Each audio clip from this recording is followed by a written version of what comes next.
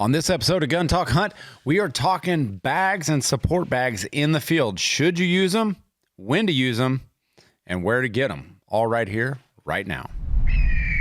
Hey, I'm KJ, dedicated lifelong hunter here. If you got an interest in all things hunting, you're in the right spot.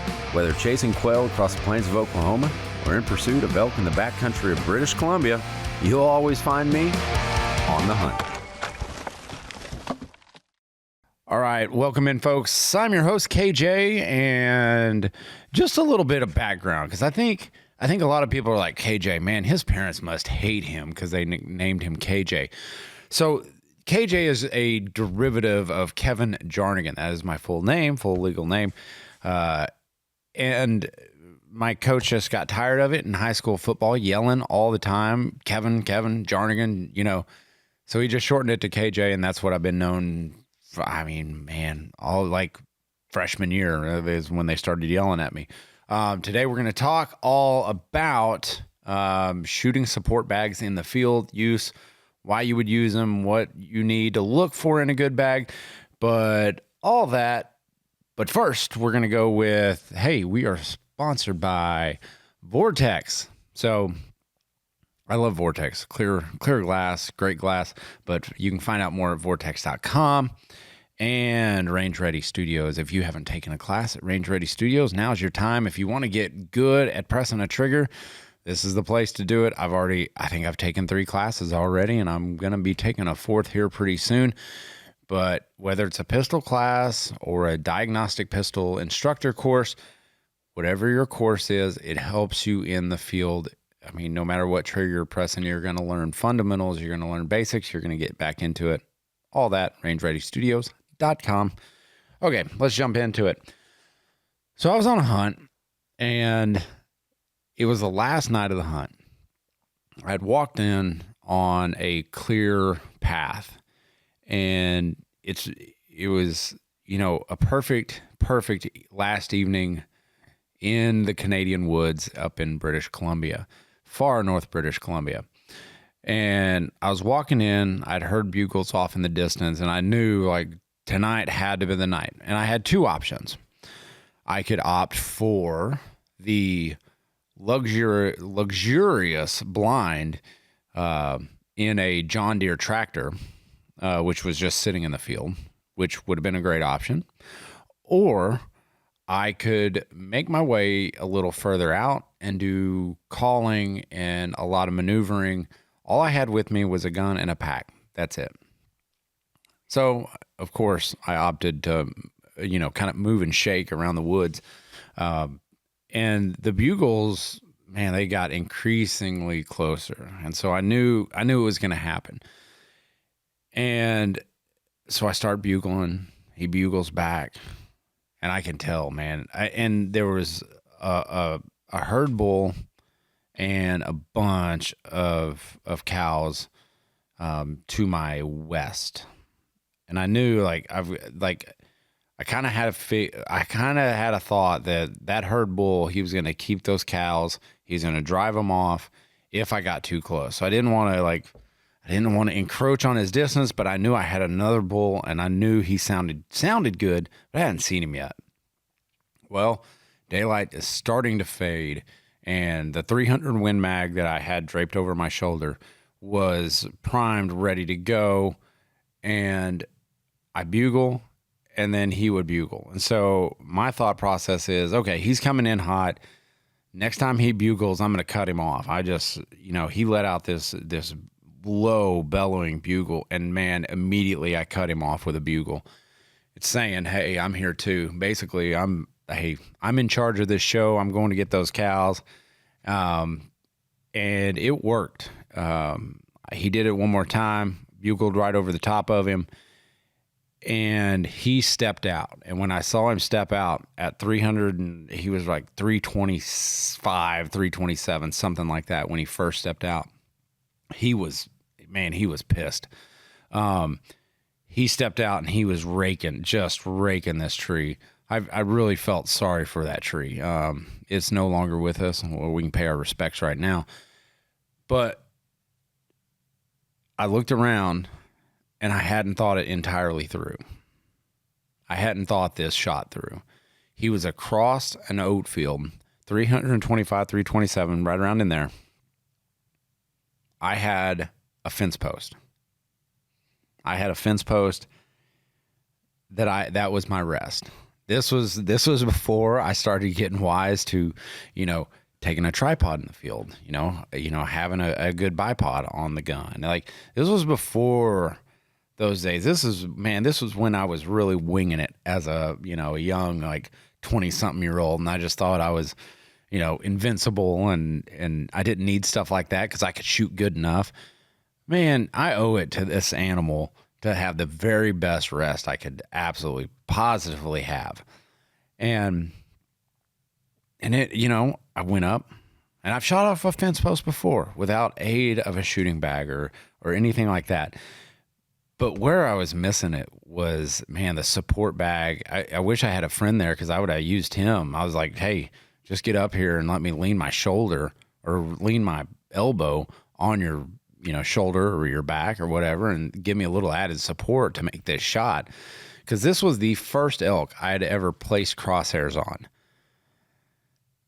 And I really wanted this thing bad. I wanted this elk so bad. And so I get up there and I'm going to make the shot and I'm breathing. And thank goodness that safety was on that first shot, because I would have yanked that shot. No, it would have been awful. So I settled my nerves, settled in. I broke the shot, and man, that elk hardly moved. And I was like, there's no way I missed that elk. I felt like I was dead on. And so racked another one in, settled again, and broke another shot. The elk, again, barely moved. Just barely moved. I mean, but like, they can absorb so much when the adrenaline gets going, and when their hormones are raging like they do on that September, I think it was like September 12th, 13th, right around in there, probably closer to September 17th, up where I was hunting, because it was like near the end of my hunt last night, actually. They can take so much abuse, but 300 Win Mags in the boiler room was just too much. He toppled over, fell down, and I was so jacked. I was like, I cannot believe it. So I almost sprinted a whole 300 yards, and I couldn't do that nowadays. But I got up to him, and it was just as big as I saw in the scope. I mean, there's no ground shrinkage. This was a bull that anyone would love to take on any given day. And I did it without a rest. I did it with just basically a T-post is what it was. And at that time, it was hard for me to reflect on what I would have done different because I was successful. And that's what we do as hunters. We get in those like mindsets of, well, it worked that one time, so I'm not going to change my routine. But the more I shot, the more I hunted, and just using, and this isn't something that I came up with or that I'm like, I will lead the charge on it, absolutely, because I think shooting bags and shooting platforms, whether it's a tripod, bipod, whatever you got, I'm all for. Like, I'll lead that charge, but this is none of the, I cannot take, I can't take ownership of like providing this information as like the end all be all, but it works really dang good if you have, the right tools you need to make an ethical shot. Thank goodness I'd been shooting a lot of long range that year. I mean, it's just, thank goodness, or that shot probably wouldn't happen. And as I ran out of the field to go, let the people know where I was at and that I had a bull down and that, hey, let's get to hauling out. I walked out, and I think the scariest part of the hunt wasn't necessarily that I didn't have a bag. It was that as I walked out, there was like 2 or 3 wolf tracks over my tracks. So, I walked in on a clear path, but dadgummit, if I walked out, like, man, there were some wolves in the area. So really, really cool experience for me there. But it taught me a lot. It taught me about, making sure you've got the right equipment in the field no matter where you go. And it doesn't have to be heavy equipment. And I know a lot of backcountry guys, a lot of Western hunters, Even me now, like I watch the weight in my pack around my waist, and what I'm carrying in the field. And we're more cognizant of that now, I think, more than ever. Used to, I mean, I can remember carrying, 40, 50 pounds in the field, and that's just for a weekend hunt, and those just aren't the days anymore. We're very mindful of what we carry in, and I've got a few bags here laid out in front of me that I really, really love. But first, let me tell you guys about Vortex. So when you're in the field, one of the things I often mention is a Vortex and shooting off a platform. And Vortex offers a wide range of tripod offerings. And it's not necessarily just for glassing or spotting.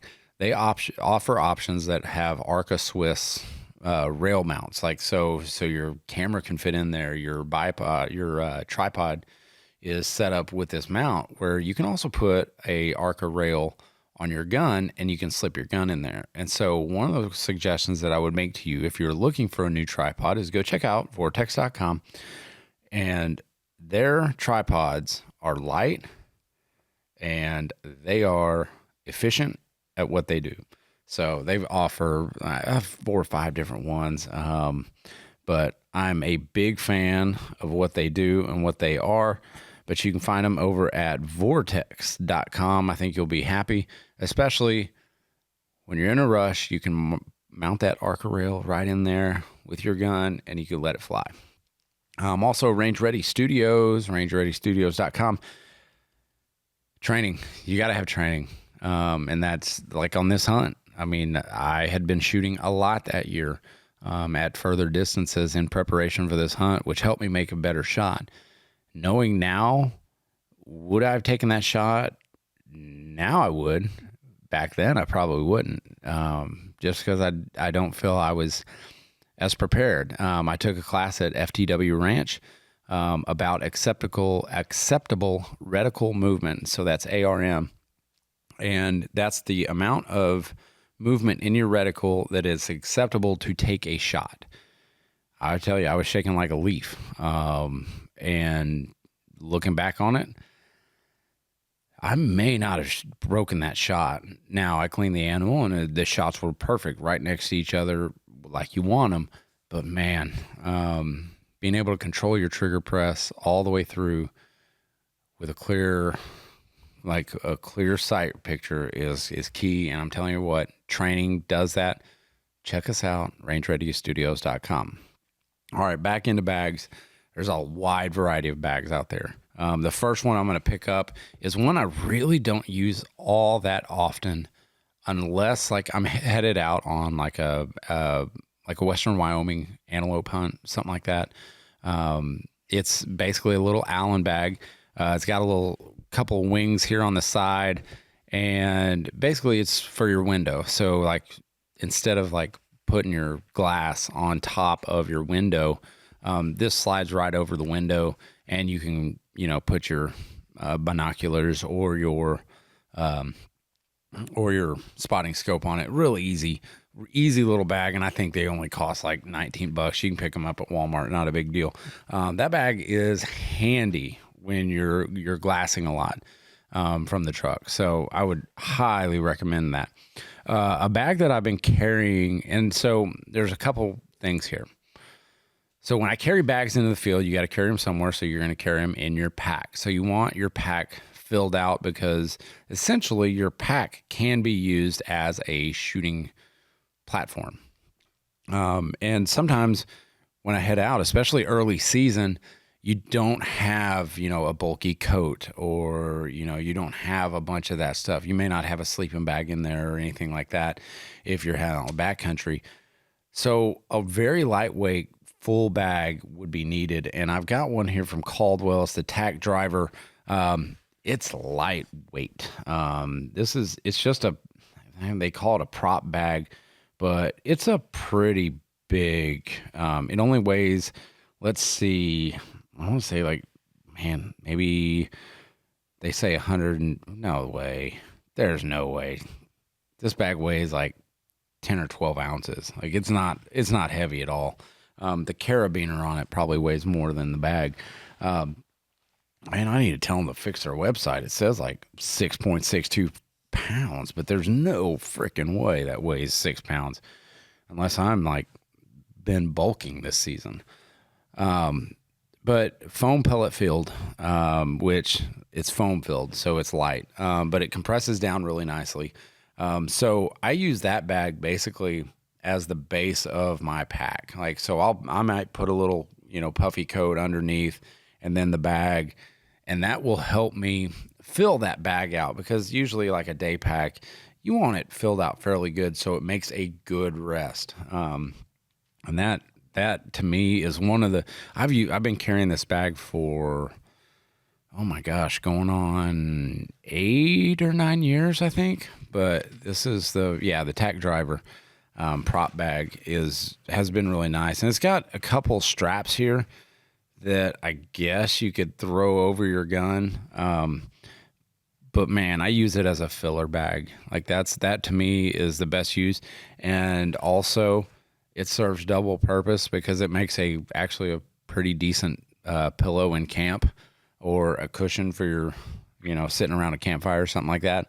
So serves double duty. I like to get the most out of my gear, and that for a pillow has been really good. In Alaska, it wasn't bad. So I get a lot of my bags from Armageddon Gear. ArmageddonGear.com, I believe is what it is. They're not a sponsor. Like, I paid full price for these bags. And some bags are not, they're not cheap. I'm going to just tell you that. But they're great for support bags. And they're really good. For most all these bags, you can vary the fill medium that you have in there, so you can take some out or add some in if you want. How they come from Armageddon Gear, I think, is just about where I'd like them. So let's start. Okay. So I'll start with this one because I've had this one the longest. It's a wax canvas. They call it the Schmedium mid-size game changer bag. It's heavy. This is not, I will tell you right now, this is not one I carry in the field, but I take it on every cross-country trip I take. This thing goes with me, because if I'm driving in the car long ways and I want to prop and I know this sounds stupid because this has nothing to do with shooting, because like you're driving long periods of time, like I'm driving up to, 12, 14 hours to get the hunting grounds.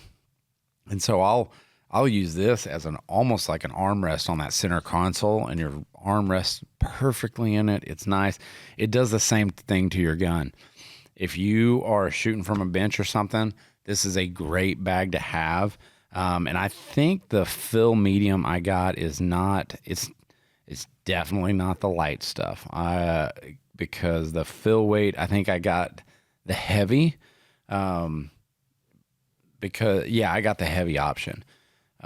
It's like filled with sand, like type medium, like it's heavy, but they offer like different, like standard beads or the Get Light beads, which I'm going to show you on another Game Changer bag, which is amazing. But all this stuff is more of a, PRS competition bag that I would carry in competition, lay it over a barricade, lay it on something, put my rifle in it, and it rests just perfectly. So if you're shooting any competitions or anything like that, this is a great option for you. I like to have a squishy bag, and that'll take us into the next bag I'm going to talk about, is a squishy rear bag. Again, it can serve multiple purposes on your hunt. I'm telling you, in a lot of the hunting I do, I really aim to get the best position I can, and sometimes I'm laid up prone. And this is just a squishy rear bag. I got it with the, that's all it is. It's just a squishy rear bag, so you can control the, just the height adjustment on, and a little bit more support on your buttstock, which I carry this one in the field too. So, if you don't want a squishy rear bag, I do have an X-Wing here from Armageddon Gear that we'll get into next. And this can affix to a QD mount or a QD cup on the buttstock. So basically, you have a little ring back here, and it will, in most stocks, it will insert right into the stock, and you'll always have the rear bag on your, so if you need to, it's perfectly at your disposal, already affixed to your gun, so you don't have to drag it out of a bag or anything like that, which you should look for. And since we're talking about bags that affix to the firearm, here's another one from Armageddon Gear. Now, this is an interesting one. This is the Sykes sack, which is Brian Sykes. He's a great dude. He's a PRS guru, professional shooter. Phenomenal guy. Met him a couple times, but knows what he's doing, knows what he's talking about. And this bag might be the lightest one of the bunch, and it has a QD cup as well. It's a bigger surface area than even the Schmedium bag that I was talking about, the squishy rear bag. So it's a big surface. It's a big square bag, really light fill. So you're not going to really notice this one really even be in there. So it doesn't add a lot of weight. So like your tack driver that I talked about from Caldwell would be a great option to add as a fill bag. And if you wanted something really light as a rear bag or a front bag, the Sykes sack from Armageddon Gear is definitely a good option. The last bag that I'm going to jump into real quick is it's another Armageddon Gear. I'm telling you, I like their bags. I like what they're doing with them. They're just their form, their function, and they're durable as all get out. I typically try to get the wax canvas because I like the feel, I like the look of it. So this is a sticky game changer pint size. So it's smaller. So think of the Schmedium as a PRS bag. This little sticky pint size on that elk hunt, this is the bag I wish I would have had. There's a couple of reasons. One, it's light. Two, it's perfectly suited for shooting off of platforms like a T-post or something like that, or a post in the ground that's holding up a fence, whatever you call it, whatever you want to call it. And it adds a little bit of grip to it. There is grip to the forward front of it, and there's grip on the bottom of it. So your gun, once it goes in there, it is going to be locked in, and you can really kind of push into that gun, which I really do like. And again, top side, back side, and the bottom are all this. I don't know what kind of material they call it. I guess I could look for you, but yeah, it's a licensed sticky fabric panels is what they call it. Whatever it is, they need to keep doing it because this sucker is not going to move. It's pretty good. So with the beads, with the weight of the beads in it, that's the Get Light fill, which is what I've got. This is only 1.2 pounds. So not a lot of weight for added stability. And I think that's what we got to really pay attention to here. There's two things we got to pay attention to. There's one, stability. There's stability in your shooting positions and giving you the confidence you need to make that shot. That's what we're really talking about here. And the last thing I would say, you got to practice with these things. You got to shoot with these things. I shoot with these things on a daily basis. They stay here at the office because we have a shooting range at the office, and we use them nearly on a daily basis. We are always looking for bags, and we're always pulling out my shooting rest bag because they go everywhere with me. But they're all functional. They all have a use for them. But I'm telling you, you start getting bags that you like to use, start using them on the range. Don't just take them out in the field and go, okay, yeah, just lay the bag down and go. Learn to maneuver with them. Learn to go from a prone position and then dragging your gun and either your pack or one of these bags and running over and throwing it on a fence. Like, you got to learn to maneuver with these things because it just doesn't happen naturally. Naturally, what do we want to do? Well, naturally, if I'm going from a prone position or kneeling position and all of a sudden I have to make it to a tree limb, what I want to do is I want to just pick up, run over, place that gun on the tree limb, and hope that the wind ain't blowing. But like if there is a problem that's going to happen, it's going to happen to you in the field at the worst possible moment. So why don't you just prepare for it now and get it over with? So just a couple things, man. Just find bags that you like. Caldwell offers them. Armageddon gear. Those are two of the ones that I've just used, and I found something that works, and I kind of stick with it. So you guys find what works for you. As always, guys, kj@guntalk.com is my email. If you hear a subject that you want talked about, let's talk about it. Shoot me an email. I am waiting on, now there are two guys out there, and you know who you are. You guys are headed to Unit 26 for an antelope hunt very soon. Like, you guys should be getting back by now. Very successful on the hunt, I hope. But you guys have to reach back out to me. Let me know how your hunt goes. I'd love to hear about it. And then hopefully, maybe if they're willing to, maybe I should get them on and let's talk about their hunt. So hopefully they are successful, and you guys know the drill. Keep those muzzles pointed in safe directions and always be on the hunt.